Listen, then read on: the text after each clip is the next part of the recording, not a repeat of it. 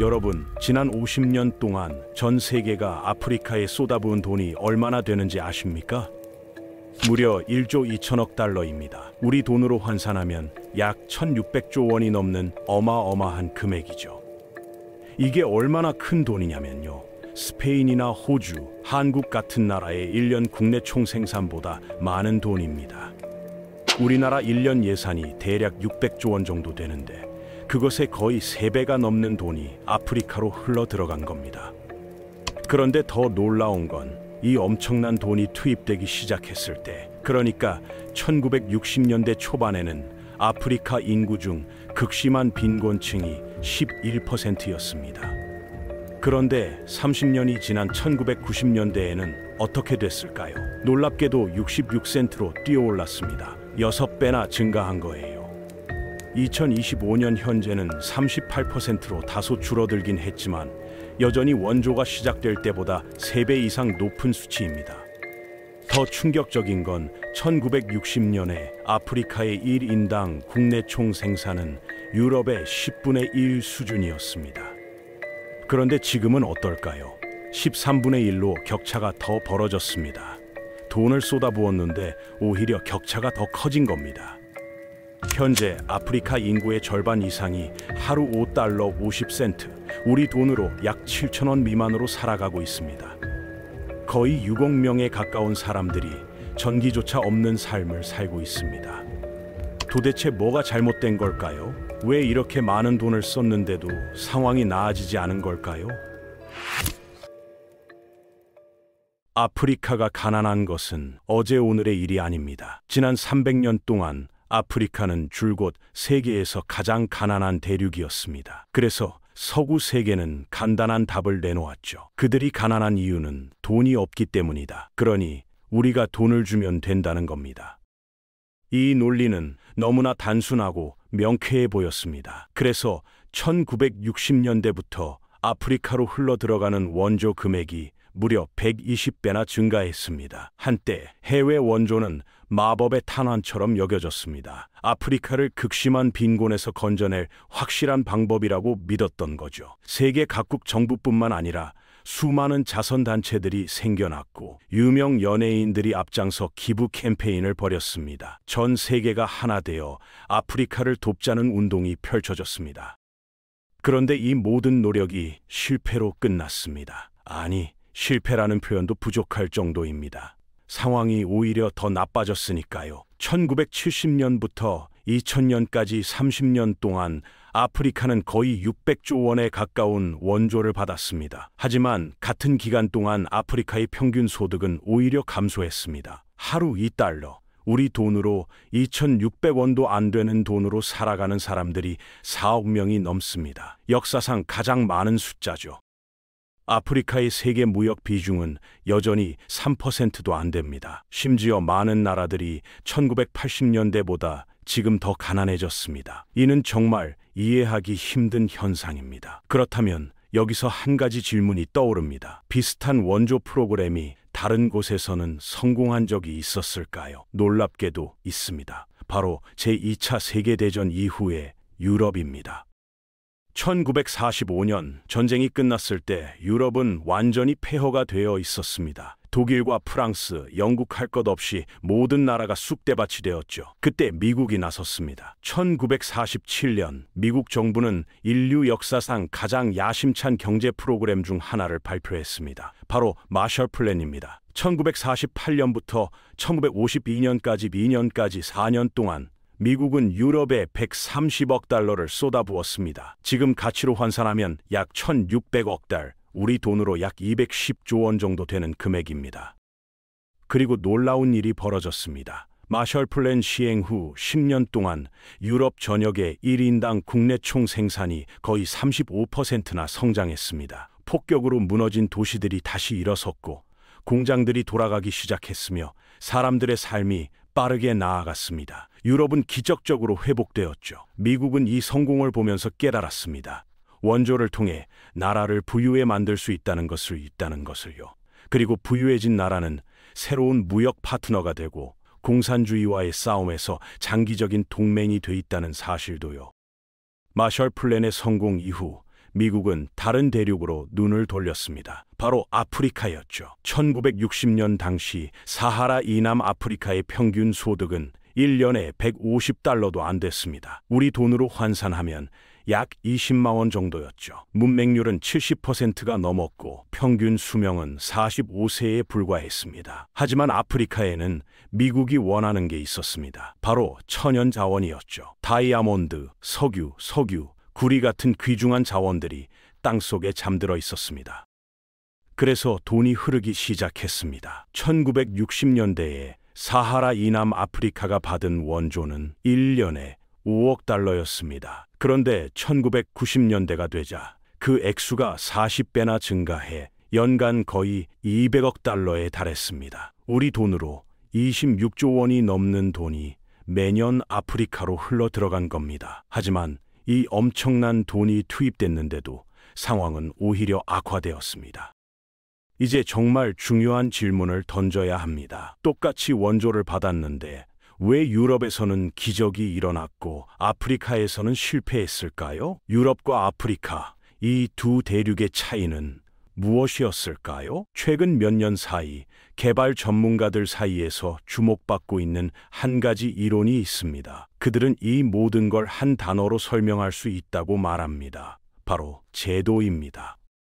제도란 무엇일까요? 경제학자들이 말하는 제도란 사회를 운영하는 틀을 의미합니다. 법치주의, 재산권, 민주주의 같은 것들이죠. 마셜 플랜이 시작됐을 때 서유럽에는 이미 제대로 작동하는 국가 기반이 있었습니다. 전쟁으로 건물은 무너졌지만 법 체계는 살아 있었고 정부는 국민을 위해 일했으며 계약은 지켜졌습니다. 하지만 아프리카의 상황은 완전히 달랐습니다. 대부분의 아프리카 국가들은 1960년대에 겨우 독립했습니다. 정부는 이제 막 만들어졌거나 식민지 시대 행정부를 그대로 물려받았죠. 그런데 문제는 이 제도들이 애초에 한 가지 목적으로만 설계됐다는 겁니다. 바로 부를 착취하기 위해서였습니다. 식민 지배자들은 아프리카 사람들을 위한 제도를 만든 게 아니었습니다. 그들은 자원을 빼내고 노동력을 착취하며 이익을 본국으로 가져가기 위한 시스템을 만든 것이죠. 독립 후에도 이 착취적 구조는 그대로 남았습니다. 수백억 달러가 이런 나라들로 쏟아져 들어간다고 상상해 보십시오. 무슨 일이 벌어질까요? 바로 예상하신 대로입니다. 돈이 제대로 쓰이지 않습니다. 추정에 따르면 아프리카 대륙은 부패로 인해 매년 약 300억 달러, 우리 돈으로 약 40조 원을 잃고 있습니다. 지난 50년 동안 받은 원조의 30%, 즉 3분의 1이 부패로 사라졌다는 계산이 나옵니다. 수백조 원이 그냥 증발해버린 겁니다. 하지만 문제는 돈이 낭비되는 것만이 아닙니다. 더 심각한 것은 원조 자체가 바로 그 나쁜 제도들을 유지시켜준다는 사실입니다. 정상적인 민주주의 국가에서는 정부가 세금으로 운영됩니다. 국민들이 세금을 내면 정부는 그 돈으로 국민을 위해 일해야 합니다. 이게 정부와 국민 사이의 쌍방향 관계입니다. 하지만 원조에 의존하는 나라에서는 이 책임 메커니즘이 작동하지 않습니다. 정부가 외국 기부자들로부터 돈을 받기 때문에 자기 나라 국민들이 뭐라고 하든 상관없는 것이죠.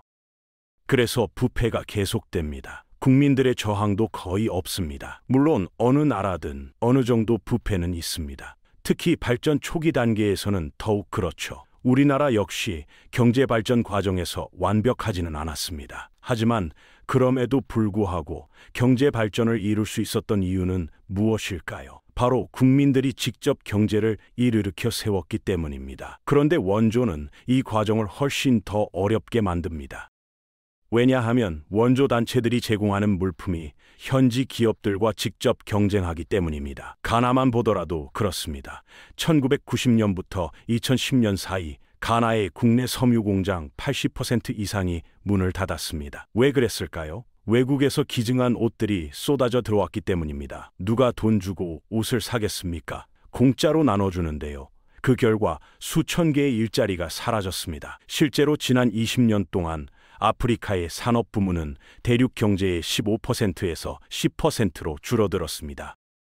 하지만 피해를 입는 것은 국내 산업만이 아닙니다. 경제 구조 전체가 왜곡됩니다. 그리고 이 왜곡은 경제 성장을 훨씬 더 어렵게 만듭니다. 지난 수십 년 동안 빠른 발전을 이룬 나라들을 보면 거의 다 수출 주도형 모델을 따랐습니다. 한국도 그랬고 중국도 그랬고 베트남도 그랬습니다. 그런데 사람들이 자주 잊는 중요한 부분이 하나 있습니다. 바로 약한 화폐를 유지하는 겁니다.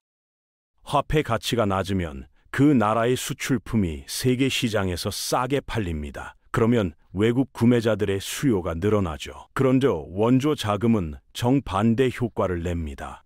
돈이 나라 안으로 들어오면 현지 화폐로 바꿔야 합니다. 정부와 원조 단체들이 실제로 쓸 수 있게 말이죠. 그런데 이 과정이 외환 시장에서 현지 화폐의 가격을 끌어올립니다. 수요가 높아지니까요. 화폐 가치가 비싸지면 어떻게 될까요? 외국인들이 그 나라 제품을 사려고 할 때 갑자기 모든 것이 비싸집니다. 그러면 사람들은 그냥 사지 않습니다. 개발도상국에게 이건 완전한 재앙입니다. 동아시아에서 성공적으로 작동했던 수출 주도 모델을 복제할 수 없게 되는 겁니다. 경쟁력 있는 산업을 키우고 제품을 전 세계로 수출하는 대신 원조에 의존하는 나라들은 외국 지원에 매달려 생존하게 됩니다. 국내 경제는 경쟁력도 없고 발전도 못한 채 남게 되죠. 2012년 글로벌 개발센터의 보고서를 보면 원조 프로젝트의 70%가 목표를 달성하지 못했거나 측정 가능한 영향이 전혀 없었다고 합니다. 2010년 IT 대지진 때를 떠올려 보십시오. 수십억 달러의 원조가 쏟아졌지만 그중 10%도 안 되는 돈만 현지 기관에 도착했습니다. 나머지는 어디로 간 걸까요? 핵심은 이겁니다. 시장에서 물건을 파는 사람들은 그걸 사용하는 사람들에게 책임을 집니다. 제품이 형편없으면 사람들이 안 사죠. 하지만 해외 원조는 그렇게 작동하지 않습니다. 프로젝트가 실패해도 아무 일도 일어나지 않습니다. 일반 국민들은 세금을 거두거나 투표로 다른 사람을 바꿀 수가 없습니다. 자금이 외국 정부나 기부자들로부터 오기 때문에 성공에 대한 보상이나 실패에 대한 처벌을 할 메커니즘이 없는 겁니다. 결과적으로 일을 잘하려는 동기가 극도로 부족해집니다. 만약 목표가 지속 가능한 성장을 지원하는 것이라면 초점을 바꿔야 합니다. 강력한 제도를 구축하고 현지 기업을 지원하며 정부가 외국 기부자가 아닌 자기 국민에게 책임을 지는 시스템을 만드는 데 집중해야 합니다. 그런데 그럼 아프리카가 원래부터 운명적으로 가난할 수밖에 없었던 걸까요? 제도만의 문제였을까요? 사실 아프리카의 빈곤에는 더 깊은 역사적 뿌리가 있습니다. 이 뿌리를 이해하지 않고서는 왜 원조가 실패했는지 완전히 이해할 수 없습니다. 바로 지리와 역사가 만들어낸 거대한 장벽 말입니다. 수천 년 동안 아프리카 대륙을 가로막았던 첫 번째 장벽은 바로 사하라 사막입니다. 여러분, 사하라 사막이 얼마나 큰지 아세요? 면적이 약 900만 제곱킬로미터입니다. 우리나라 전체 면적이 10만 제곱킬로미터 정도니까 한반도의 90배에 달하는 크기죠. 미국 본토 전체와 거의 비슷한 크기라고 보시면 됩니다. 이 거대한 모래 바다가 아프리카 대륙을 동서로 완전히 갈라놓고 있습니다. 서울에서 부산까지가 약 400km인데 사하라 사막은 동서로 5000km가 넘게 뻗어 있습니다. 서울에서 부산을 12번 왕복해야 하는 거리죠. 이 사막은 단순히 넓기만 한 게 아닙니다. 인류 역사의 대부분 동안 사하라는 실질적으로 바다처럼 작동했습니다. 건너기가 거의 불가능했던 거죠. 그래서 사하라 이남 아프리카는 섬이나 다름없었습니다. 유럽과 중동, 아시아를 연결하는 무역로에서 완전히 단절된 채 말이죠. 기원전부터 시작된 실크로드를 생각해 보세요. 중국에서 출발한 비단이 중앙아시아를 거쳐 중동을 지나 유럽까지 도달했습니다. 이 과정에서 기술과 문화가 함께 이동했죠. 하지만 사하라 이남 아프리카는 이 모든 교류에서 배제됐습니다. 고립이 가져온 결과는 치명적이었습니다. 다른 지역에서는 농업 기술이 발전하고 바퀴가 보급되고 금속 재련 기술이 퍼져나갈 때 사하라 이남 아프리카는 이런 발전에서 뒤처질 수밖에 없었습니다. 물론 아프리카에도 위대한 문명들이 있었습니다. 에티오피아의 악숨 왕국이나 서아프리카의 말리 제국 같은 곳들이죠. 하지만 이런 문명들조차 사하라 사막 때문에 북쪽의 지중해의 세계와 지속적인 교류를 하기가 어려웠습니다. 사하라만이 문제가 아니었습니다. 아프리카의 해안선을 한번 살펴보겠습니다. 대륙 전체 둘레는 약 3만 킬로미터 정도 됩니다. 그런데 이상하게도 좋은 천연 항구가 거의 없습니다. 해안선이 너무 매끈하거든요. 유럽이나 아시아를 보세요. 해안선이 들쭉날쭉하고 많이 많아서 천연 항구가 곳곳에 있습니다. 우리나라만 해도 부산항, 인천항, 울산항 같은 훌륭한 항구들이 있잖아요. 하지만 아프리카는 다릅니다. 항구가 부족하다는 건 단순히 배를 댈 곳이 없다는 게 아닙니다. 해상 무역이 불가능하다는 뜻이죠. 고대부터 현대까지 인류 역사에서 가장 중요한 무역로는 바다였습니다. 배로 물건을 나르는 게 육로보다 훨씬 싸고 효율적이거든요. 조선시대만 해도 우리나라는 서해안과 남해안을 따라 좋은 선이 다니면서 세곡을 운반했습니다. 그런데 아프리카는 이런 염한 무역망을 발전시키기가 극도로 어려웠던 겁니다. 강은 어떨까요? 보통 큰 강이 있으면 내륙 깊숙이까지 배가 들어갈 수 있잖아요. 한강을 따라 배가 서울까지 올라오듯이 말이죠. 그런데 아프리카의 강들은 대부분 항해가 불가능합니다. 이유가 뭘까요? 아프리카 대륙의 대부분이 높은 고원지대에 있기 때문입니다. 강들이 고원에서 해안 쪽으로 내려오면서 급류와 폭포를 형성하는 거죠. 세계에서 가장 큰 폭포 중 하나인 빅토리아 폭포를 생각해 보세요. 잠베지 강이 무려 100m 넘게 떨어지는 장관이죠. 우리나라로 치면 30층 건물 높이에서 물이 쏟아지는 겁니다. 경치는 아름답지만 배로는 절대 지나갈 수 없습니다. 콩고강도 마찬가지입니다. 길이가 4,700km나 되는 세계에서 두 번째로 긴 강인데 하구 부근에 32개의 폭포가 연달아 나타납니다. 이런 상황에서 어떻게 배로 물건을 실어 나르겠습니까? 강을 이용한 운송이 불가능하다는 건 엄청난 제약이었습니다. 유럽을 보세요. 라인강, 도나우강, 생강 같은 강들이 유럽 경제의 동맥 역할을 했습니다. 중국의 양쯔강도 마찬가지죠. 강을 따라 도시들이 발전하고 무역이 활발해지고 경제가 성장했습니다. 하지만 아프리카는 이런 혜택을 누릴 수가 없었습니다. 모든 걸 사람이나 동물의 등에 짊어지고 나르는 수밖에 없었던 거죠. 그런데 동물을 이용한 운송마저 불가능하게 만든 게 있습니다. 바로 채채파리입니다. 이 파리가 얼마나 무서운지 아세요? 채채파리는 약 1000만 제곱킬로미터에 걸쳐 서식합니다. 우리나라 면적의 100배나 되는 지역이죠. 이 파리에 물리면 사람은 수면병에 걸리고 가축은 나가나병이라는 질병에 걸립니다. 소, 말, 당나귀 같은 가축들이 거의 다 죽는 거예요. 가축을 키울 수 없다는 게 얼마나 심각한 문제인지 생각해 보세요. 농사를 지을 때 소나 말이 없으면 어떻게 될까요? 사람이 직접 밭을 갈아야 합니다. 물건을 나를 때도 마찬가지죠. 유럽에서는 말이 끄는 마차로 무거운 짐을 실어 날랐지만 아프리카에서는 사람이 머리에 이고 나르는 수밖에 없었습니다. 생산성이 비교가 안 되는 거죠. 우리나라도 조선시대에 소를 이용해서 농사를 지었잖아요. 만약 소가 없었다면 우리 조상들의 삶이 얼마나 힘들었겠습니까? 채채파리는 장거리 여행도 거의 불가능하게 만들었습니다. 말을 타고 이동할 수 없으니 걸어서 가야 하는데 그러다 보면 짐을 많이 가져갈 수도 없고 멀리 갈 수도 없었습니다. 이게 무엇을 의미할까요? 먼 곳과의 교역이 어렵다는 뜻입니다. 교역이 없으면 시장이 생기지 않고 시장이 없으면 전문화와 분업이 일어나지 않습니다. 경제 발전의 가장 기본적인 단계부터 막혀버린 거죠. 이 모든 지리적 조건들이 합쳐지면서 아프리카는 작고 분산된 인구 집단들로 나뉘게 됐습니다. 사람들이 한 곳에 모여 큰 도시를 이루기가 어려웠던 거예요. 왜 그럴까요? 큰 도시가 생기려면 식량이 원활하게 공급돼야 하는 데인데 운송수단이 제한적이니 불가능했던 겁니다.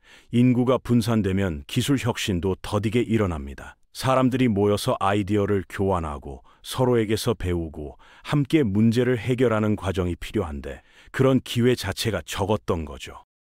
역사학자들은 이런 현상을 이렇게 설명합니다. 유럽이나 아시아에서는 도시들이 생기고 그 도시들 사이에 무역로가 형성되면서 시장 경제가 발달했습니다. 그 과정에서 화폐가 생기고 법률이 정비되고 기술이 발전했죠. 하지만 아프리카에서는 이런 과정이 훨씬 느리게 진행될 수밖에 없었습니다. 지리적 조건 자체가 경제 발전을 가로막았던 거예요. 그렇다면 지리가 모든 것을 결정하는 걸까요? 아프리카는 애초에 발전할 운명이 아니었던 걸까요? 그건 아닙니다. 실제로 지리적으로 훨씬 더 불리한 조건에서도 번영한 곳들이 있거든요. 예를 들어 트리스탄 다 쿠냐라는 섬이 있습니다. 남대서양 한가운데 떠 있는 화산섬인데 가장 가까운 육지까지 거리가 무려 2,400km가 넘습니다. 서울에서 도쿄까지가 1,100km 정도니까 그 2배 이상 떨어진 완전 고립된 섬이죠. 이 섬에 사는 사람은 고작 250명 정도밖에 안 됩니다. 그런데 이들은 안정적인 사회를 유지하고 있습니다. 범죄율은 거의 제로고 공동체가 아주 잘 작동합니다. 비결이 뭘까요? 바로 제도와 사회적 결속입니다. 섬에 사는 모든 사람이 친척이거나 평생 알고 지낸 이웃이라서 서로에게 책임을 지는 문화가 자연스럽게 형성된 거죠. 자원을 공유하고 함께 일하고 서로 돕는 시스템이 확고하게 자리 잡았습니다. 이 사례가 알려주는 점은 명확합니다. 지리가 아무리 불리해도 제대로 된 제도와 공동체가 있으면 사람들은 살아남고 심지어 번영할 수 있습니다. 반대로 아프리카의 빈곤을 단순히 지리 탓으로만 돌릴 수는 없습니다. 지리는 어려움을 가중시켰지만 진짜 문제는 따로 있었습니다. 바로 역사적 상처와 그 위에 세워진 잘못된 제도들이었고, 이러한 구조적 문제들은 아프리카가 오늘날까지 경제적 도전을 겪는 근본적인 원인이 되었습니다. 이 상처는 대서양 노예무역에서 시작됐습니다. 16세기부터 19세기까지 약 300년 동안 추정치로는 1200만 명이 넘는 아프리카인들이 강제로 아메리카 대륙으로 끌려갔습니다. 우리나라 전체 인구의 4분의 1에 해당하는 숫자죠. 하지만 실제로 배에 실린 사람들만 이 숫자입니다. 포로로 잡히는 과정에서 그리고 해안까지 끌려가는 과정에서 죽은 사람들까지 합치면 그 수는 훨씬 더 많았습니다. 노예무역은 단순히 인구를 줄인 것만이 아니었습니다. 사회 구조 자체를 파괴했습니다. 마을들이 습격당하고 가족들이 뿔뿔이 흩어졌으며 공동체가 무너졌습니다. 사람들은 서로를 믿을 수 없게 됐죠. 이웃이 언제 자신을 팔아넘길지 모르는 상황이었으니까요. 이런 환경에서는 장기적인 계획을 세우거나 투자를 하는 것이 불가능했습니다. 오늘 내가 심은 곡식을 내일 거둘 수 있을지조차 확신할 수 없었던 겁니다. 19세기 중반이 되자 유럽 열강들은 노예무역 대신 직접 식민지를 건설하기 시작했습니다. 1884년 베를린 회의에서 유럽 국가들은 아프리카를 마치 케이크 자르듯 나눠 가졌습니다. 아프리카 사람들의 의견은 전혀 반영되지 않았죠. 자로 잰 듯한 직선 국경선들이 그어졌고, 같은 부족이 서로 다른 나라로 쪼개지거나 전혀 다른 부족들이 하나의 나라로 묶였습니다. 마치 한반도를 북위 38도선으로 나눈 것처럼 말입니다. 식민 통치의 목적은 명확했습니다. 아프리카의 자원을 최대한 빼내는 것이었죠. 벨기에가 지배한 콩고를 보세요. 레오폴드 2세는 콩고를 자신의 개인 소유지처럼 다뤘습니다. 고무 채취 할당량을 채우지 못한 사람들은 손이 잘렸고 마을 전체가 학살당하기도 했습니다. 이 과정에서 콩고 인구의 절반 가까이가 사라졌다는 추정도 있습니다. 1,000만 명이 넘는 사람들이 죽었다는 겁니다. 영국령 동아프리카에서는 백인 정착민들에게 최고의 땅이 배분됐습니다. 케냐의 고원지대 같은 비옥한 땅은 모두 유럽인들 차지가 됐고, 원주민들은 척박한 보호구역으로 내몰렸습니다. 남아프리카 공화국에서는 1913년 원주민 토지법이 통과됐습니다. 전체 토지의 87%를 백인 전용으로 지정한 겁니다. 흑인들은 겨우 13%의 땅에서만 살 수 있었죠. 우리나라로 치면 서울과 경기도만 국민에게 주고 나머지는 다 외국인 땅으로 만든 격입니다. 식민 정부는 아프리카 사람들을 위한 제도를 만들지 않았습니다. 그들이 만든 건 자원 착취를 위한 시스템이었습니다. 도로와 철도가 건설됐지만 이것들은 광산에서 항구로 광물을 나르기 위한 것이었습니다. 도시들 사이를 연결하거나 시장을 발전시키기 위한 게 아니었죠. 교육 시스템도 마찬가지였습니다. 식민 행정에 필요한 최소한의 석이나 통역을 양성하는 정도였고 그마저도 극소수에게만 허용됐습니다.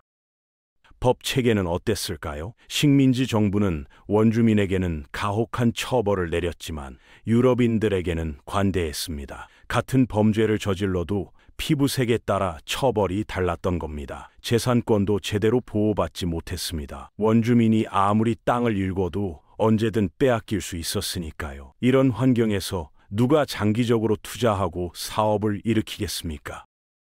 1960년대가 되자 아프리카 전역에서 독립의 물결이 일어났습니다. 1960년 한 해에만 17개국이 독립했을 정도였죠. 겉으로 보기에는 새로운 시작 같았습니다. 하지만 현실은 달랐습니다. 독립 당시 대부분의 아프리카 국가들은 준비가 되어 있지 않았습니다. 1인당 소득은 연간 150달러도 안 됐고 우리 돈으로 환산하면 20만 원 정도였습니다. 한 달이 아니라 1년 소득이 말입니다.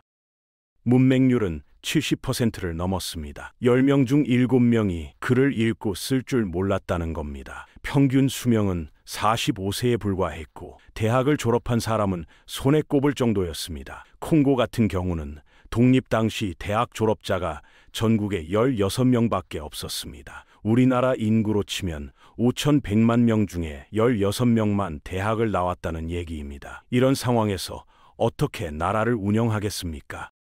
더 큰 문제는 독립 후에도 식민지 시대의 제도가 그대로 남았다는 점입니다. 새로운 지도자들은 식민 정부가 만들어 놓은 착취 시스템을 물려받았습니다. 그리고 많은 경우 그들은 이 시스템을 그대로 이용했습니다. 이번에는 유럽인 대신 자기 자신과 측근들을 위해서 말이죠. 식민 시대에는 유럽인들이 특권을 누렸다면 독립 후에는 권력을 잡은 엘리트들이 그 자리를 대신했을 뿐입니다. 권력을 잡은 이들은 국민을 위해 일하기보다는 자신의 권력을 유지하는 데 집중했습니다. 반대파를 탄압하고 선거를 조작하며 국가 재산을 사유화했습니다. 부족주의도 문제였습니다. 권력자들은 자기 부족 출신들을 중요한 자리에 앉히고 다른 부족들을 차별했습니다. 이것은 식민지 시대의 유럽인들이 사용했던 분할 통치 전략 그대로였습니다. 서로 다른 집단들을 경쟁시키고 대립시켜서 지배하기 쉽게 만드는 방식이죠. 정상적인 민주주의 국가에서는 정부가 세금으로 운영됩니다. 국민이 낸 세금으로 정부가 돌아가니까 정부는 국민에게 책임을 져야 합니다. 세금을 잘못 쓰면 다음 선거에서 떨어지죠. 이게 바로 민주주의의 핵심입니다. 우리나라도 그렇잖아요. 정부가 국민 세금을 함부로 쓰면 여론의 비판을 받고 선거에서 심판받습니다.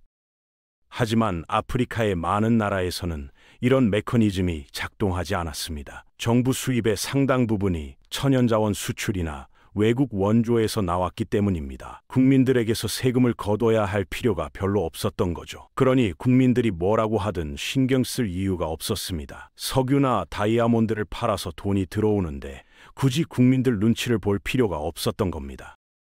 이런 구조에서는 부패가 만연할 수밖에 없습니다. 유엔 무역개발회의 자료에 따르면 아프리카는 부패로 인해 매년 약 880달러를 잃고 있습니다. 우리 돈으로 약 115조 원이죠. 우리나라 1년 예산의 5분의 1에 해당하는 돈이 매년 증발하는 겁니다. 지난 50년 동안 받은 원조의 30% 정도가 부패로 사라졌다는 추정도 있습니다. 수백조 원이 그냥 공중으로 날아간 거죠. 식민 지배가 남긴 가장 큰 유산은 바로 이 잘못된 제도였습니다. 국민을 위해 일하는 정부가 아니라 소수 엘리트의 이익을 위해 존재하는 정부 말입니다. 법치주의도 재산권 보호도 계약의 이행도 제대로 작동하지 않는 시스템이었습니다. 이런 토대 위에서는 아무리 많은 돈을 쏟아부어도 지속 가능한 발전이 일어날 수 없었고 바로 이 점이 원조가 실패한 핵심 이유였습니다. 원조가 이 잘못된 제도를 더욱 강화했습니다. 1960년대에 사하라 이남 아프리카가 받은 원조는 1년에 5억 달러였습니다. 그런데 1990년대가 되자 그 액수가 40배 증가해서 연간 거의 200억 달러에 달했습니다. 우리 돈으로 26조 원이 넘는 돈이 매년 흘러 들어간 겁니다. 하지만 이 엄청난 돈이 투입됐는데도 상황은 오히려 악화됐습니다. 정상적인 국가에서는 정부가 국민에게서 세금을 거둡니다. 그러면 국민은 그 세금이 어디에 쓰이는지 감시하고 잘못 쓰면 항의합니다. 선거 때는 정부를 바꿀 수도 있습니다. 이게 바로 민주주의의 기본 원리입니다. 우리나라만 봐도 그렇습니다. 정부가 세금을 함부로 쓰면 국민들이 가만히 있지 않습니다. 언론에서 보도하고 시민단체들이 나서고 정치인들이 문제를 제기합니다.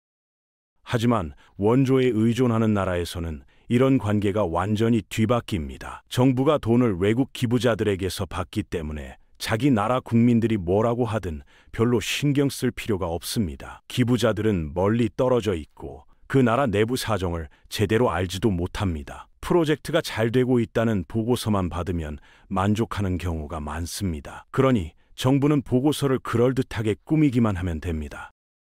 이렇게 되면 부패가 계속될 수밖에 없습니다. 국민들의 저항도 거의 없습니다. 자기 돈을 내는 게 아니니까요. 물론 어느 나라든 어느 정도 부패는 있습니다. 우리나라도 경제 발전 초기에는 완벽하지 않았습니다. 하지만 그럼에도 불구하고 발전할 수 있었던 이유는 국민들이 직접 경제를 일으켜 세웠기 때문입니다. 1960년대와 70년대 우리 부모님 세대는 공장에서 일하고 수출 제품을 만들어 외화를 벌어들였습니다. 정부는 이 돈으로 다시 산업에 투자했고 그렇게 선순환이 만들어졌습니다. 그런데 원조는 이 선순환을 만들기 훨씬 어렵게 만듭니다. 원조 단체들이 제공하는 물건들이 현지 기업들과 직접 경쟁하기 때문입니다. 가나의 사례를 보겠습니다. 1990년부터 2010년 사이에 가나의 국내 섬유 공장 80% 이상이 문을 닫았습니다. 도대체 무슨 일이 있었던 걸까요? 외국에서 기증한 옷들이 쏟아져 들어왔기 때문입니다. 선진국 사람들이 입다 버린 옷을 모아서 아프리카로 보냈습니다. 물론 좋은 의도였습니다. 가난한 사람들에게 옷을 나눠주자는 취지였죠. 하지만 결과는 참담했습니다. 시장에 무료 옷이 넘쳐나니 누가 돈을 주고 옷을 사겠습니까? 가나에서 옷을 만들던 공장들은 경쟁이 불가능했습니다. 이건 단순히 가나만의 문제가 아니었습니다. 지난 20년 동안 아프리카의 산업 부문은 대륙 경제의 15%에서 10%로 줄어들었습니다. 원조가 늘어나는 동안 오히려 산업이 축소된 겁니다. 수천 개의 일자리가 사라졌고 기술을 가진 사람들은 일할 곳을 잃었습니다. 공장을 운영하던 사람들은 사업을 접어야 했습니다. 하지만 피해는 여기서 그치지 않습니다. 경제 구조 전체가 왜곡됩니다. 지난 수십 년간 빠른 발전을 이룬 나라들을 보면 거의 다 수출 주도형 모델을 따랐습니다. 한국이 그랬고 중국이 그랬으며 베트남도 그랬습니다. 이 과정에서 중요한 것은 화폐 가치를 적절하게 유지하는 것입니다. 화폐 가치가 너무 높으면 수출이 어려워지거든요. 예를 들어 설명해 보겠습니다. 한 나라에서 티셔츠를 만드는데 현지 화폐로 1,000원이 든다고 해봅시다. 환율이 1달러에 1,000원이라면 외국 사람들은 1달러만 내면 이 티셔츠를 살 수 있습니다. 싸죠. 그런데 만약 환율이 1달러에 500원으로 바뀌면 어떻게 될까요? 똑같은 티셔츠가 갑자기 2달러가 됩니다. 외국 사람들 입장에서는 2배로 비싸진 겁니다. 그러면 사람들이 안 삽니다. 원조가 바로 이런 일을 만듭니다. 수십억 달러가 나라 안으로 들어오면 외환 시장에서 현지 화폐로 바꿔야 합니다. 정부와 원조 단체들이 실제로 돈을 쓸 수 있게 말이죠. 그런데 이 과정에서 현지 화폐에 대한 수요가 높아집니다. 수요가 늘면 가격이 오르죠. 화폐 가치가 비싸지는 겁니다. 화폐 가치가 올라가면 그 나라의 모든 제품이 외국인들에게 비싸집니다. 그러면 수출이 줄어듭니다. 개발도상국에게 이것은 재앙입니다. 동아시아에서 성공적으로 작동했던 수출 주도 모델을 따라하는 게 불가능해지는 겁니다. 경제학자들은 이걸 더치 디지즈, 네덜란드병이라고 부릅니다. 1960년대 네덜란드에서 천연가스가 발견됐을 때 비슷한 일이 일어났기 때문입니다.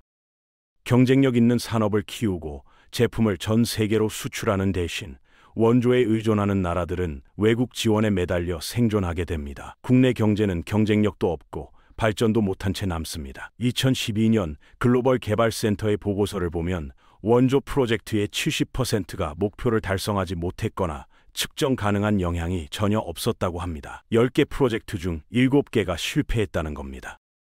2010년 IT에서 대지진이 일어났을 때를 생각해 보겠습니다. 수십억 달러의 원조가 쏟아져 들어갔습니다. 전 세계가 도왔습니다. 그런데 그중 10%도 안 되는 돈만 현지 기관에 도착했습니다. 나머지는 어디로 갔을까요? 대부분 외국 원조 단체들의 운영비로, 외국 업체들의 공사비로, 외국인 전문가들의 인건비로 쓰였습니다.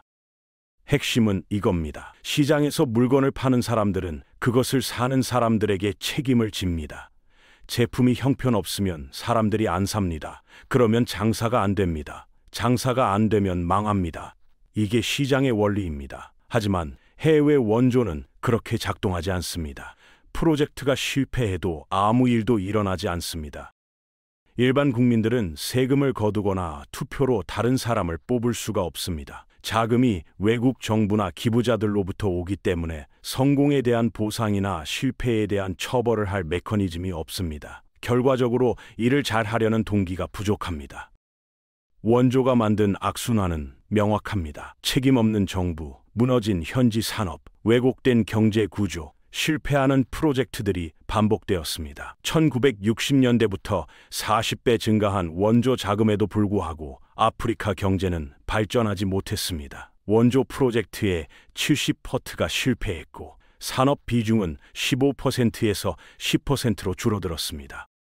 목표가 지속 가능한 성장이라면 초점을 바꿔야 합니다. 강력한 제도를 구축하고 현지 기업을 지원하며 정부가 외국 기부자가 아닌 자기 국민에게 책임을 지는 시스템을 만드는 데 집중해야 합니다. 그렇다면 실제로 이런 제도의 차이가 어떤 결과를 만드는지 구체적인 사례를 통해 확인해 보겠습니다.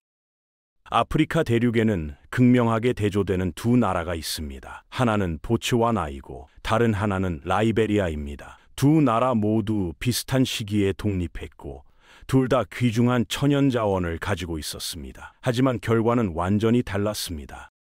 먼저 보츠와나를 살펴보겠습니다. 1966년 독립 당시 보츠와나는 세계에서 가장 가난한 나라 중 하나였습니다. 1인당 국민소득이 $70도 안 됐습니다. 우리 돈으로 환산하면 연간 9만 원 정도입니다. 한 달이 아니라 1년 수입이 말입니다. 포장도로는 12km밖에 없었고 대학 졸업자는 전국에 100명도 안 됐습니다. 절망적인 출발이었습니다.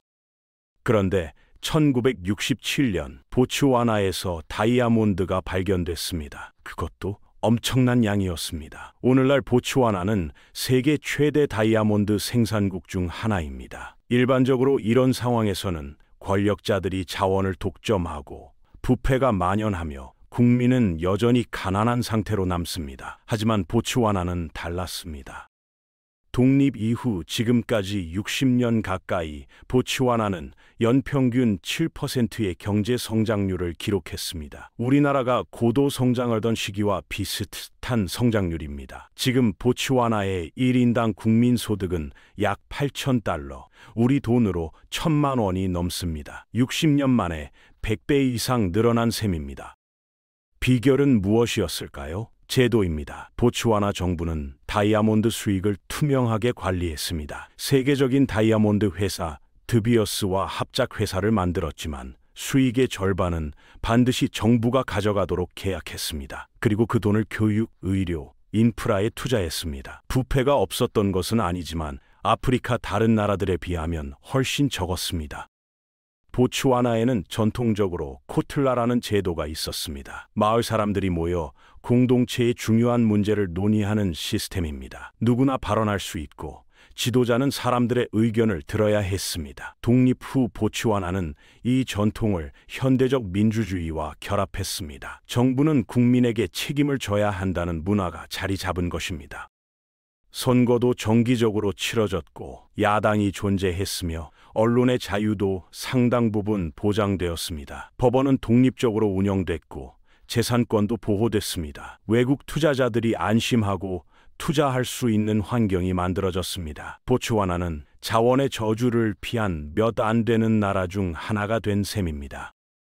이제 라이베리아를 보겠습니다. 라이베리아는 아프리카에서 매우 특이한 나라입니다. 식민지였던 적이 없기 때문입니다. 1822년 미국의 아메리카 식민협회가 해방된 흑인 노예들을 라이베리아로 보내기 시작했습니다. 1847년에는 독립공화국이 됐습니다. 헌법도 미국 헌법을 본떠 만들었습니다. 겉보기에는 희망적인 시작 같았습니다. 하지만 처음부터 문제가 있었습니다. 아메리카에서 온 정착민들, 이른바 아메리카 라이베리아인들은 자신들을 원주민보다 우월하다고 생각했습니다. 헌법에는 작은 조항 하나가 있었는데 유색인종만 시민이 될 수 있다는 내용이었습니다. 여기서 유색인종이란 아메리카에서 온 정착민만을 의미했습니다. 원주민들은 시민권조차 없었습니다.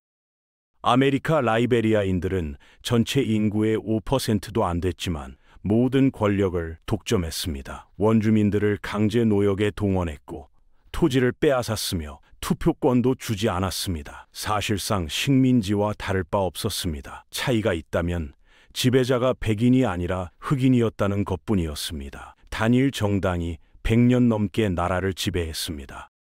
1927년 찰스 킹 대통령이 선거에서 20만 표를 얻어 당선됐습니다. 그런데 당시 투표권을 가진 사람은 고작 1만 9천 명이었습니다. 어떻게 1만 9명 중에서 20만 표가 나올 수 있겠습니까? 기네스북의 역사상 가장 부정한 선거로 기록됐습니다. 1930년에는 국제연맹이 라이베리아 정부가 사실상 노예제도와 연루됐다고 폭로했습니다. 1980년 군인 사무엘 도가 쿠데타를 일으켜 대통령을 살해했습니다. 집권층 13명을 공개 처형했습니다. 도는 처음에는 원주민들로부터 영웅처럼 환영받았지만 곧 자신의 부족을 우대하고 다른 부족을 탄압했습니다. 의심스러운 사람은 고문하고 투옥했습니다. 나라는 점점 불안정해졌습니다. 1989년 찰스 테일러가 반란을 일으켰습니다. 그는 도 정권의 탄압을 받던 부족들로부터 지지를 얻었지만 테일러가 가져온 것은 혼돈이었습니다. 내전이 시작됐고 1989년부터 2003년까지 14년 동안 라이베리아는 지옥이 되었습니다. 20만 명 이상이 사망했고 전체 인구의 10%가 사라졌습니다. 100만 명이 집을 잃고 난민이 됐습니다. 아동병사가 동원되고 민간인 학살과 성폭력이 만연했습니다. 테일러는 결국 2003년 나이지리아로 도망쳤고 나중에 국제형사재판소에서 재판을 받았습니다. 2006년이 되어서야 라이베리아는 어느 정도 안정을 되찾았습니다. 사실상 200년 전 건국된 나라와는 완전히 다른 나라가 된 셈입니다. 이것이 실패한 국가의 정의입니다. 보츠와나와 라이베리아의 차이는 무엇이었을까요? 천연 자원은 둘 다 있었습니다. 보츠와나에는 다이아몬드가, 라이베리아에는 철광석과 고무가 있었습니다. 외부 환경도 비슷했습니다. 하지만 제도가 달랐습니다. 보츠와나는 권력을 나누고 국민에게 책임을 지며 투명하게 운영되는 시스템을 만들었습니다. 라이베리아는 소수가 권력을 독점하고 다수를 착취하며 부패가 만연한 시스템을 유지했습니다. 결과는 한 나라는 번영하고 다른 나라는 붕괴했습니다. 결국 이 사례가 보여주는 핵심 메시지는 분명합니다. 제도가 국가의 성패를 결정한다는 것입니다. 제도가 제대로 작동하면 국민 모두가 혜택을 누리고 천연자원도 번영의 자원이 됩니다. 하지만 제도가 부실하면 외부 환경이나 자원과 상관없이 국가가 흔들리게 됩니다. 제도가 국가의 성패를 결정한다는 사실은 보츠와나와 라이베리아 사례가 극명하게 보여줍니다. 제도가 제대로 작동하면 국민 모두가 혜택을 누리고 천연자원도 번영의 자원이 됩니다. 하지만 제도가 부실하면 외부 환경이나 자원과 상관없이 국가가 흔들리게 됩니다. 그렇다면 이 교훈은 단지 아프리카에만 적용될까요? 물론 아닙니다. 제도의 힘은 전 세계 어디서나 마찬가지입니다. 역사적으로 성공한 나라들과 실패한 나라들을 비교하면 공통적으로 드러나는 패턴이 있습니다. 바로 제도가 국민에게 책임을 지도록 설계되어 있는지, 권력을 견제하고 균형 있게 배분하는지, 투명성과 법치가 자리 잡고 있는지가 결정적이라는 점입니다. 제도의 중요성을 보여주는 또 다른 극단적인 사례가 있습니다. 바로 적도기니입니다. 통계만 보면 적도기니는 아프리카에서 가장 부유한 나라 중 하나입니다. 1인당 국내 총생산이 약 6,500달러, 우리 돈으로 850만 원 정도로 아프리카 평균보다 훨씬 높은 수준입니다. 국제통화기금 지도에서 적도기니는 초록색으로 표시되는데 이는 경제가 안정적이라는 뜻입니다. 이 나라를 방문하면 화려한 모습이 눈에 띕니다. 5성급 호텔, 거대한 고속도로와 항구, 엄청난 규모의 스타디움과 컨퍼런스 센터, 초고층 빌딩과 곳곳에 크레인, 여러 대통령 궁전까지 있습니다. 겉보기에는 부유한 나라처럼 보이지만 이것은 거칠의 뿐입니다. 실제로 적도기니 국민 대부분은 이런 화려한 건물과는 무관한 삶을 삽니다. 대부분 농촌에서 자급자족 농업에 종사하며 국민의 3분의 2가 빈곤선 이하에서 살고 있습니다. 평균 수명은 아프리카 평균보다 낮고 부패 지수는 세계 최악 수준입니다. 국제투명성기구가 발표하는 부패 인식 지수에서 적도기니는 항상 하위 10개국 안에 들었습니다. 이 나라는 1979년부터 테오도로 오비앙이 통치하고 있습니다. 거의 50년 가까이 권력을 잡은 독재자입니다. 그는 무작위로 반대파를 투옥하고 고문하며 언론의 자유를 철저히 억압했습니다. 한때 자신을 신이라고 선언하기도 했고 정부의 주요 자리는 대부분 그의 가족이나 고향 출신 같은 부족 사람들이 차지했습니다. 적도기니가 이렇게 된 이유는 석유 때문입니다. 1990년대 중반 해안에서 엄청난 양의 석유가 발견됐습니다. 현재 석유는 국내 총생산의 60%, 수출의 85%를 차지합니다. 석유 붐과 함께 인구와 소득은 증가했지만 그 돈이 일반 국민에게 돌아가지는 않았습니다. 2014년 유가가 폭락하면서 경제도 함께 무너졌습니다. 정부 예산의 약 80%가 석유 수익에서 나오고 그 예산의 거의 80%가 인프라에 쓰입니다. 하지만 이 인프라는 문제투성이입니다. 건물 건설비를 실제보다 부풀려 계상하고 차액은 권력층이 나눠 갖는 구조입니다. 이것이 적도기니 부패의 핵심입니다. 몇 가지 사례를 보면 상황이 더 선명해집니다. 인구 33명의 비오코 섬을 둘러싼 6차선 고속도로, 인구 5,000명의 아노본 섬에 1,000억 원이 넘는 항구, 5천억 원짜리 석유 터미널, 빈민가 한가운데 세워진 여러 대통령 궁전, 모든 정부 부처 건물이 2개씩 지어졌습니다. 의미 없는 중복 건설입니다. 대통령의 아들 테오도린 오비앙은 차기 대통령으로 거론되며 슈퍼카 수십 대, 개인 제트기, 수천만 달러짜리 저택, 마이클 잭슨 기념품 구입 등 사치스러운 생활을 합니다. 미국, 프랑스, 스위스는 그의 자산 일부를 압류했습니다. 그러나 오비앙 본인은 국고를 개인 금고처럼 사용하며 석유 수익 대부분을 직접 통제합니다. 국민은 여전히 가난합니다.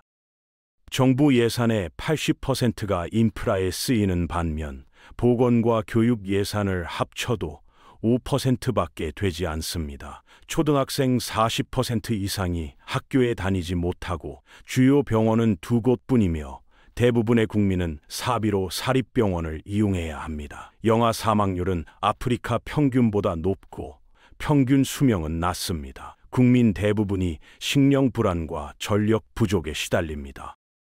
이제 남아프리카 공화국을 보겠습니다. 케이프타운에는 한 줄의 경계선이 있습니다. 해변가 공동체 스트란드와 타운십 노마자모를 나누는 선입니다. 불과 몇 미터밖에 떨어지지 않았지만 양쪽 사람들의 삶은 완전히 다릅니다.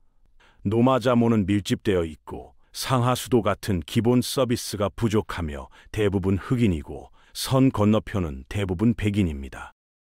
피부색이 거주지를 결정하고 거주지가 삶의 질을 결정합니다. 수십 년간 남아프리카 공화국은 아파르트헤이트 정책 아래 있었고 1913년 원주민 토지법으로 흑인은 전체 토지의 8% 지역으로 밀려났습니다. 나머지 92%는 백인 전용이었습니다. 비옥한 땅과 도시는 백인 차지였고 흑인은 주요 도시 외곽으로 강제 이주당했습니다.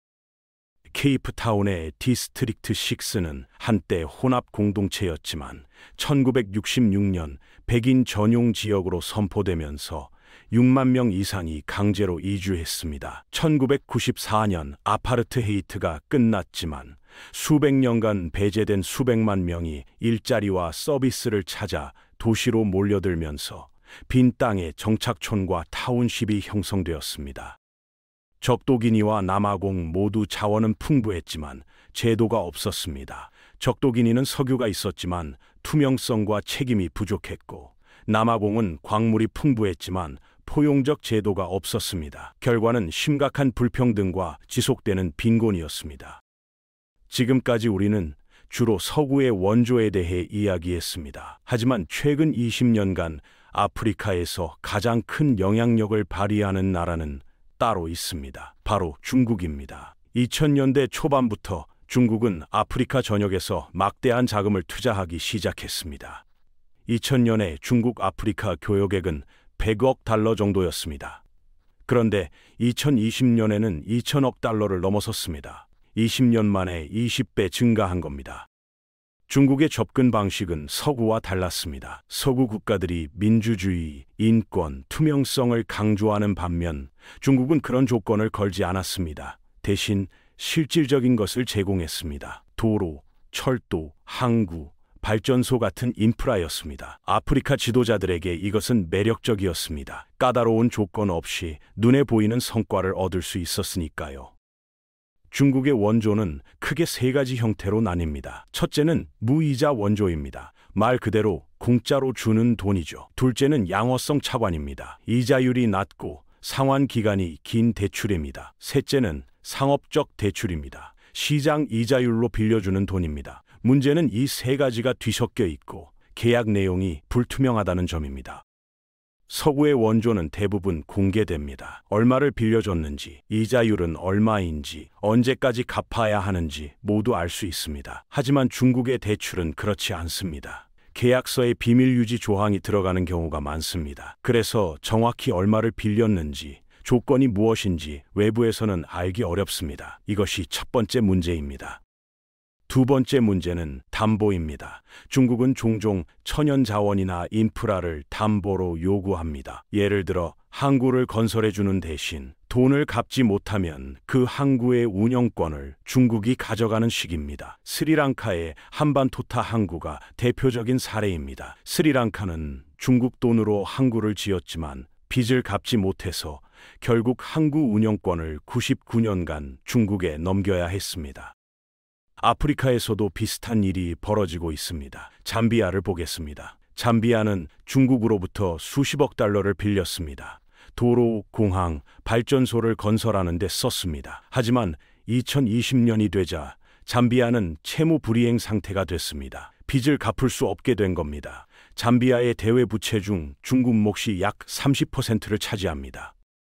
문제는 이 부채가 불투명하다는 점입니다. 정확히 얼마를 빌렸는지, 어떤 조건인지 잠비아 국민들조차 제대로 모릅니다. 야당과 시민단체들이 정보 공개를 요구했지만 정부는 비밀 유지 조항을 이유로 거부했습니다. 중국과 맺은 계약서에 공개하지 말라는 조항이 있다는 겁니다. 이런 상황에서 부채가 어떻게 쓰였는지, 부패가 있었는지 확인할 방법이 없습니다. 지부티도 비슷한 상황입니다. 아프리카 동쪽 끝에 있는 작은 나라인데 인구가 100만 명도 안 됩니다. 우리나라로 치면 대전시 인구 정도입니다. 지부티는 전략적으로 중요한 위치에 있습니다. 홍해와 인도양을 연결하는 해상교통의 요충지거든요. 중국은 지부티에 군사기지를 건설했고 항구와 철도도 지었습니다. 하지만 대가가 있었습니다. 지부티의 대외 부채는 국내 총 생산의 100%를 넘어섰습니다. 1년 동안 나라에서 만들어내는 모든 부가가치보다 빚이 더 많다는 뜻입니다. 그리고 그 빚의 대부분이 중국에 대한 것입니다. 만약 지부티가 빚을 못 갚으면 어떻게 될까요? 중국이 항구나 철도의 운영권을 가져갈 가능성이 높습니다.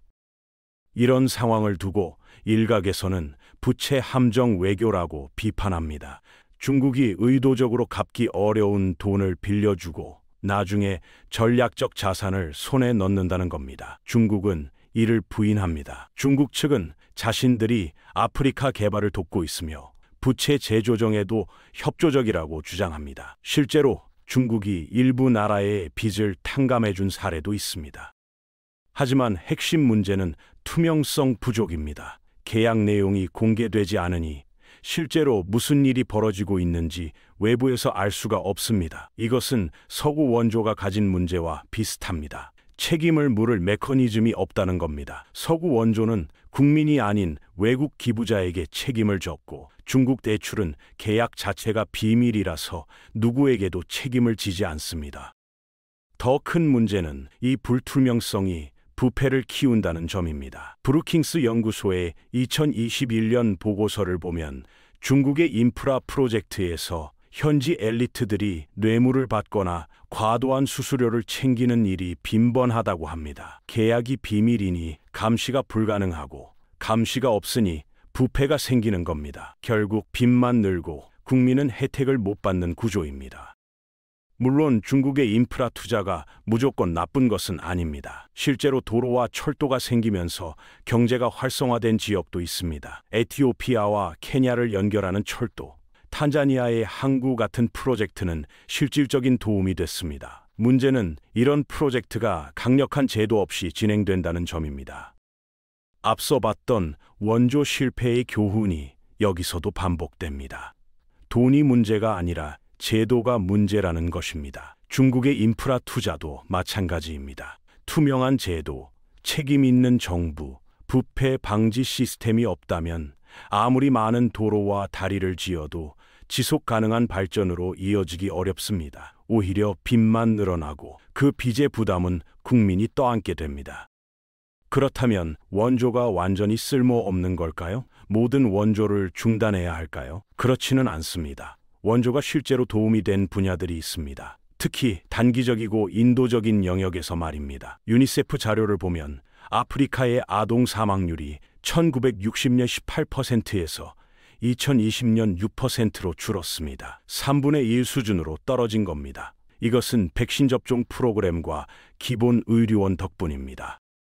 모성 사망률도 크게 감소했습니다. 출산 중에 목숨을 잃는 산모의 수가 수십 년 전에 비해 절반 이상 줄었습니다. 말라리아 예방을 위한 모기장 배포, 깨끗한 식수 공급, 기아 구호 같은 프로그램들도 수백만 명의 생명을 구했습니다. 이런 성과들은 부정할 수 없습니다. 원조가 긴급한 인도적 위기에 대응하는 데는 효과적이었습니다.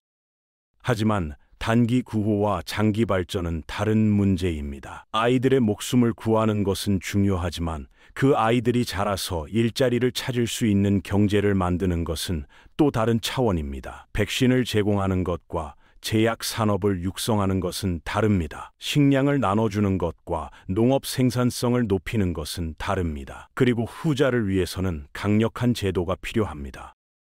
세계은행의 2022년 연구를 보면 흥미로운 패턴이 나타납니다. 교육에 지속적으로 투자한 나라들이 장기적으로 더 강한 성장을 보였다는 겁니다. 모리셔스가 대표적입니다. 인도양의 작은 섬나라인 모리셔스는 1968년 독립 당시 설탕 수출에 의존하는 가난한 나라였습니다. 하지만 정부는 교육에 막대한 투자를 했습니다. 오늘날 모리셔스의 문맹률은 거의 제로이고 중등 교육 이수율은 90%를 넘습니다. 경제도 다각화됐습니다. 금융 서비스, 관광, 제조업이 발전했습니다. 1인당 국민 소득은 아프리카 평균의 5배가 넘습니다. 모리셔스는 아프리카에서 가장 안정적이고 부유한 나라 중 하나가 됐습니다. 비결은 인적 자본에 대한 투자였습니다. 루안다도 주목할 만합니다. 1994년 대학살로 100일 만에 80만 명이 죽었습니다. 나라 전체가 붕괴했습니다. 하지만 그 이후 르완다는 놀라운 회복을 보였습니다. 정부는 부패 척결에 집중했고 교육과 기술 분야에 투자했습니다. 여성의 정치 참여를 적극 장려했고 비즈니스 환경을 개선했습니다. 세계은행의 기업 환경 평가에서 르완다는 아프리카 2위를 차지했습니다. 물론 르완다가 완벽한 민주주의 국가는 아닙니다. 권위주의적 측면도 있고 언론의 자유에 대한 우려도 있습니다. 하지만 경제 발전과 제도 개선 면에서는 분명한 진전을 보였습니다. 2000년부터 2020년까지 르완다의 경제는 연평균 7% 이상 성장했습니다. 극심한 빈곤율은 60%에서 20% 아래로 떨어졌습니다. 이것은 외부 원조만으로 이뤄진 게 아닙니다. 제도 개혁과 인적 투자가 함께 이뤄졌기 때문입니다. 반대 사례도 있습니다. 원조를 많이 받았지만 제도 개선이 없었던 나라들은 여전히 가난합니다. 차드, 중앙아프리카 공화국, 콩고 민주공화국 같은 나라들입니다. 이들은 수십 년간 막대한 원조를 받았지만 부패는 여전하고 법치는 확립되지 않았으며 정부는 국민에게 책임을 지지 않습니다. 결과적으로 원조는 밑빠진 독에 물 붓기가 됐습니다. 그렇다면 해법은 무엇일까요? 우선 원조의 초점을 바꿔야 합니다. 단순히 돈을 주는 것이 아니라 제도를 강화하는 데 집중해야 합니다. 구체적으로는 세 가지입니다. 첫째, 투명한 거버넌스를 지원해야 합니다. 정부가 어떻게 돈을 쓰는지 국민이 알 수 있게 만들어야 합니다. 예산을 공개하고 감사기관을 강화하며 부패를 처벌하는 시스템을 구축해야 합니다. 둘째, 현지 기업과 산업을 지원해야 합니다. 무료로 물건을 나눠주는 대신 현지에서 생산할 수 있도록 도와야 합니다. 기술 이전, 직업 훈련, 소액 금융 같은 프로그램이 더 효과적입니다. 사람들에게 물고기를 주는 것이 아니라 물고기 잡는 법을 가르쳐야 한다는 오래된 격언이 여기서도 적용됩니다. 셋째, 정부가 국민에게 책임을 지도록 만들어야 합니다. 이것이 가장 중요합니다. 정부가 외국 기부자가 아닌 자기 국민에게 책임을 질 때 비로소 지속 가능한 발전이 가능합니다. 이를 위해서는 시민사회를 강화하고 언론의 자유를 보장하며 민주적 제도를 지원해야 합니다. 이런 것들이 단기간에 이루어지지는 않습니다. 수십 년이 걸릴 수도 있습니다. 하지만 이것이 유일한 길입니다. 우리는 이미 답을 알고 있습니다. 보츠와나와 라이베리아를 비교해 보세요. 모리셔스와 차드를 비교해 보세요. 한쪽은 제도를 구축했고 다른 쪽은 그러지 못했습니다. 결과는 명백합니다. 적도기니는 1인당 국민소득이 높아 보이지만 국민은 가난합니다. 석유가 있어도 제도가 없으면 소용이 없습니다. 남아프리카 공화국은 광물이 풍부하지만 불평등이 심각합니다. 아파르트헤이트의 공간적 유산이 여전히 남아있기 때문입니다.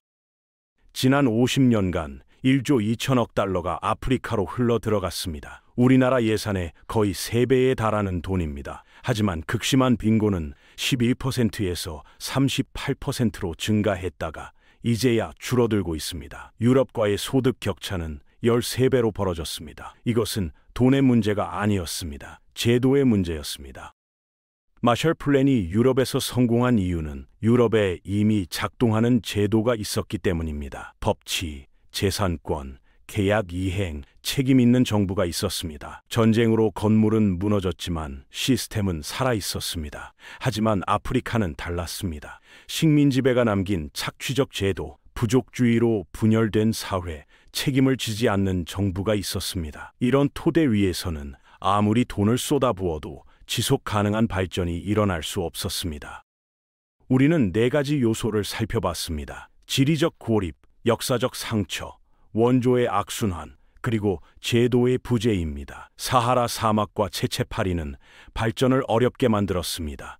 노예 무역과 식민 지배는 사회를 파괴했습니다. 원조는 책임 없는 정부를 강화했습니다. 하지만 이 모든 것을 관통하는 핵심은 제도였습니다.